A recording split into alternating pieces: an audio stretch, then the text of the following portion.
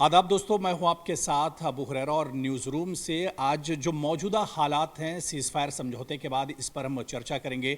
पाकिस्तान में डर का माहौल अभी भी बना हुआ है। जी हां, सीज़ फायर समझौता हो चुका है और इसके बाद पाकिस्तान के जो ज़ख्म भारतीय सेना ने दिए हैं वो ज़ख्म अब एक तरह से उभर कर सामने आ रहे हैं।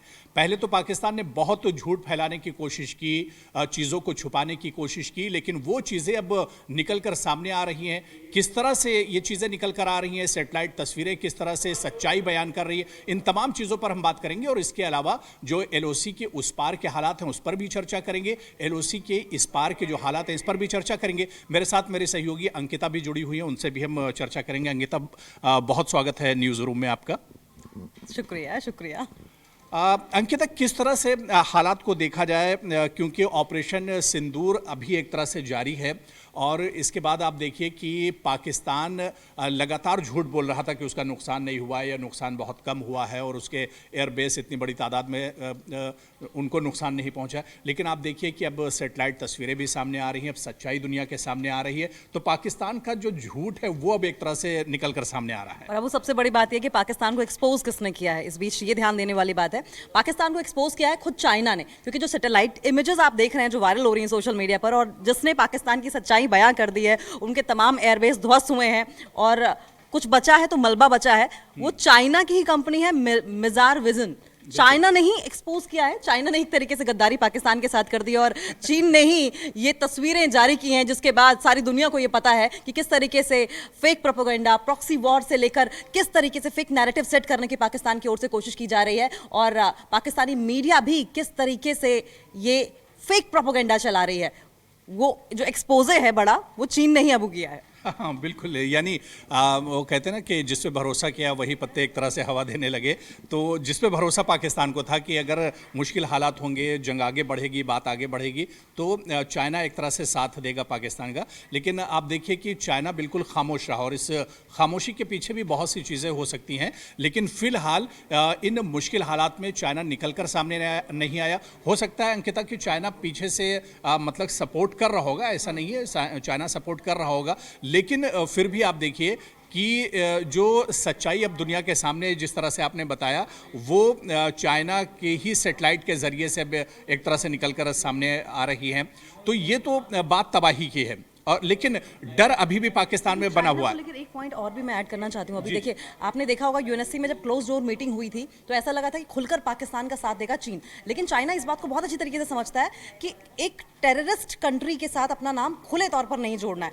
पाकिस्तान को वो पॉन की तरह इस्तेमाल करता है, कठपुतली की तरह इस्तेमाल करता है, माया जाल कर्ज का ऐसा बिछाया है, सब कुछ लूट लिया है। उसके बाद आपने देखा सीपीसी प्रोजेक्ट भी कैसे अपने फायदे के लिए वहां पर इस्तेमाल कर रहा है। लेकिन ओवरऑल पूरी दुनिया में अपनी इमेज को लेकर, अपनी फाइनेंशियल सिस्टम को लेकर वो सजग तो रहेगा। पाकिस्तान उसके लिए कोई खास मैटर नहीं करता है। बिल्कुल नहीं, बिल्कुल जाहिर सी बात है, क्योंकि जब दो कंट्रीज़ के बीच में टेंशन होती है और जंग जैसे हालात होते हैं तो फिर ये मुद्दा इंटरनेशनल एक तरह से बन जाता है। और ऐसे में अंकिता आपने बिल्कुल सही कहा कि जो चाइना अपने आप को इतनी तरह से उसमें फंसाना नहीं चाहेगा और इतनी आसानी से चाइना जो है पाकिस्तान को खुलकर सपोर्ट भी नहीं करेगा। इसके अलावा हम पाकिस्तान की तबाही की बात कर रहे थे। ऑपरेशन सिंदूर अभी भी जारी है। प्रधानमंत्री मोदी ने भी कहा है कि ऑपरेशन सिंदूर अभी भी जारी है और आतंकी जो भी सरगर्मियां होंगी उन्हें मुंहतोड़ जवाब दिया जाएगा। और अब वॉच एंड वेट वाला मामला नहीं होगा। अब अगर कोई चीज़ सामने आती है, कोई नापाक हरकत पाकिस्तान की तरफ से होती है, आतंकियों की तरफ से होती है, तो उस पर फौरन एक्शन लिया जाएगा। अब आप सोचेंगे कि मैं घूम फिरकर चीन पर बार बार क्यों आ रही हूँ, मैं पाकिस्तान पर बात करनी चाहिए थी। लेकिन कल के प्रधानमंत्री नरेंद्र मोदी के संबोधन में अगर एक बात आपने बहुत ध्यान से गौर से सुनी हो तो उन्होंने कहा कि पाकिस्तान में जो डिफेंस सिस्टम तैनात थे उन्हें हमने ध्वस्त कर दिया। किसके डिफेंस सिस्टम थे? चाइना के थे। और प्रधानमंत्री ने यह भी कहा कि किसी भी तरह का हमला कहीं से भी हो उसे बर्दाश्त नहीं किया जाएगा।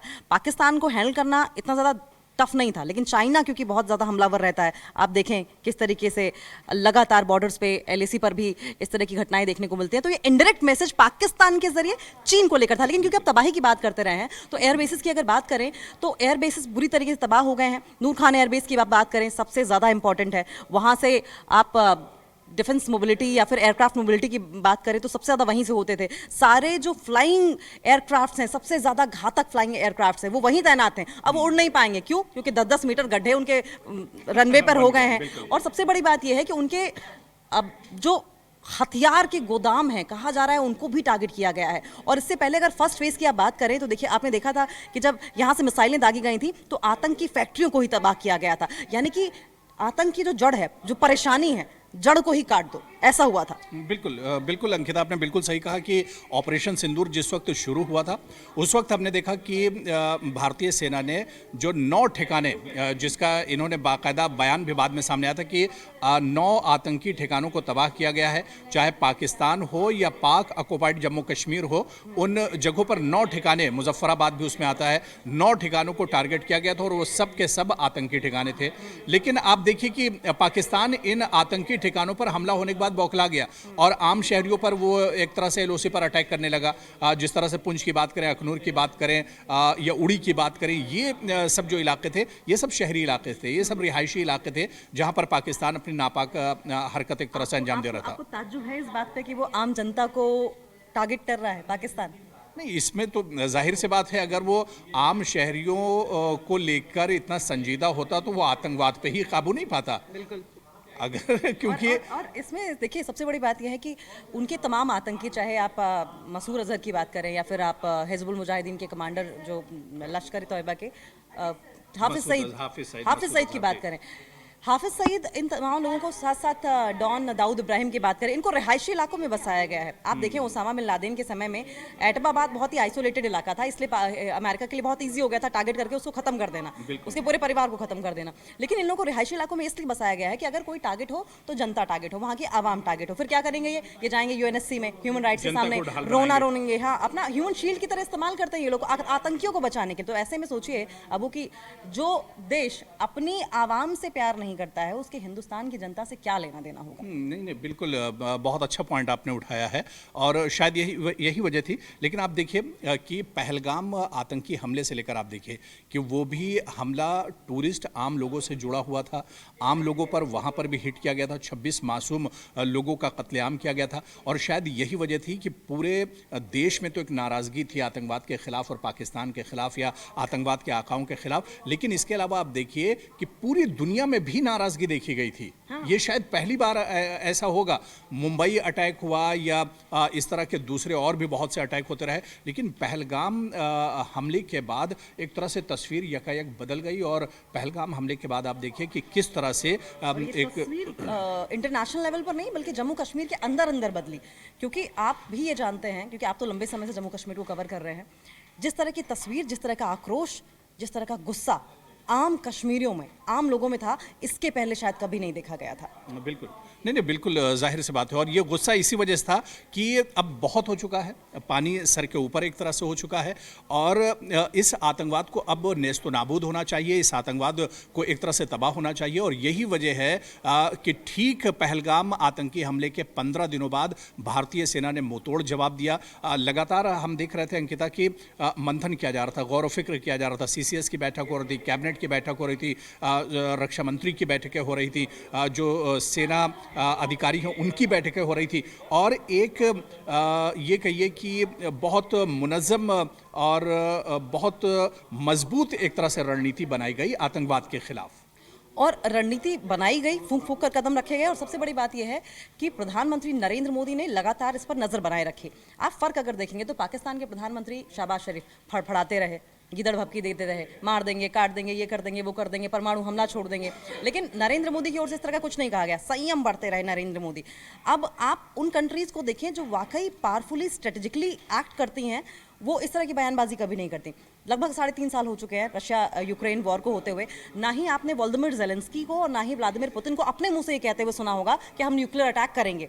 बाकी दुनिया कयास लगाती रहे, बाकी दुनिया भर की मीडिया कयास लगाती रहे, लेकिन उन दोनों के मुंह से आपने कभी नहीं सुना होगा। नरेंद्र मोदी ने भी ऐसा कुछ नहीं कहा, न्यूक्लियर पावर हम नहीं है क्या?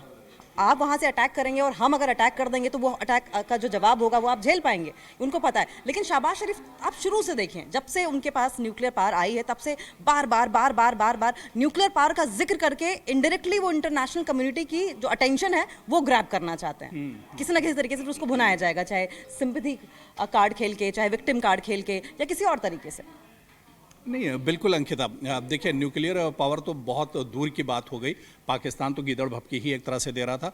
छोटे मोटे जो अटैक हुए और जो नापाक हरकत पाकिस्तान की तरफ से हुई, उसकी तरफ से भारत ने एक बानगी सिर्फ दी थी। भारत ने बहुत छोटा सा आप कहिए कि अटैक किया था, चाहे वो आतंकी ठिकानों को नेस्तो नाबूद करना हो या फिर पाकिस्तान के अंदर जो सैन्य ठिकाने थे उनको एक तरह से निशाना बनाया। और ये भारत की ताकत को अंकिता देखते हुए बहुत छोटी सी एक बानगी थी जो पाकिस्तान के सामने रखी गई। और पाकिस्तान शायद अब समझ चुका है, इसी वजह से अमेरिका के सामने गिड़गिड़ा रहा था, सऊदी के सामने गिड़गिड़ा रहा था, तुर्की के सामने पाकिस्तान गिड़गिड़ा रहा था कि जल्द से जल्द अब सीजफायर होना चाहिए, जंगबंदी होनी चाहिए। और यही नतीजा है, क्योंकि भारत तो अपना काम कर चुका था, आतंकी ठिकाने तबाह कर दिए, जो पाकिस्तान के बहुत इंपॉर्टेंट सैन्य ठिकाने थे उनको एक तरह से तबाह कर दिया। तो भारत तो अपना काम कर चुका था और भारत ने कहा भी था कि हम अब पहल नहीं करेंगे, हम उकसाएंगे नहीं, लेकिन अगर उकसाया गया और पाकिस्तान अगर इसके आगे गया तो फिर पाकिस्तान को मुंहतोड़ जवाब दिया जाएगा। और ठीक वही हुआ कि पाकिस्तान को मुंहतोड़ जवाब दिया गया। तो अंकिता, हमारी बातचीत का सिर्फ मकसद यही है कि ऑपरेशन सिंदूर एक तरफ जारी है और दूसरी तरफ सीजफायर समझौता होने के बाद भी आप देखिए कि पाकिस्तान अभी भी थर थर थर थर कांप रहा है। पाकिस्तान अभी भी डर के साए में एक तरह से है। आर्मी चीफ अभी वहाँ के परेशान है। पाक जो पीएम है शहबाज शरीफ, वो एक तरह से परेशान है। आगे की रणनीति अब क्या बनाएंगे, उनकी तो कमर बिल्कुल एक तरह से टूट गई है। पाकिस्तान के साथ एक बहुत इंपॉर्टेंट चीज़ जो प्ले करने की कोशिश कर रहा है, लेकिन ये प्ले उनका बहुत सक्सेसफुल नहीं होने वाला है। पहली मैसेजिंग, दूसरा पोस्चरिंग। उसकी पोस्चरिंग और मैसेजिंग दोनों काम नहीं आ रही है। वजह यह है कि आप जब भी कोशिश करते हैं कुछ भी ऐसा संदेश देने की या कोई ऐसा नैरेटिव गढ़ने की, तो आपकी जनता आके सामने खड़ी हो जा रही है। आजकल सोशल मीडिया का ज़माना है, आजकल टेक्नोलॉजी का ज़माना है। वहाँ की जनता वीडियोस पोस्ट कर रही है, वहाँ की जनता बना फोटोज खींच कर पोस्ट कर रही है और लिख रही है कि भाई क्यों बरगला रहे हो, पाकिस्तानी मीडिया क्यों फेक नैरेटिव गढ़ रहे हो, क्यों हमें जनता को आप धोखा दे रहे हो। आपको अगर दिखाना है तो बिना फौज वीडियो दिखाइए, बिना मॉफ्ट वीडियो दिखाइए, सही तस्वीर पेश कीजिए। आप जबरदस्ती जनता को दिखाने की कोशिश क्यों कर रहे हैं कि पाकिस्तान में सब कुछ ठीक है।